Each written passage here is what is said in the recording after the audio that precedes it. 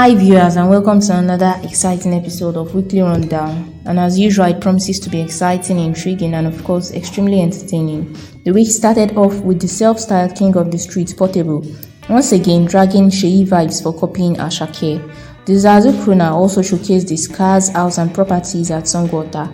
Still on the matter, Maven's lover boy, Drille, shocked fans when he introduced his wife, who also happens to be a staff of Maven's. The lovebirds broke the internet when they revealed they've been married for a year. The matter was still cooking when Anita Brown, Davido's pregnant side chick, revealed that she once loved David, but she now has a man.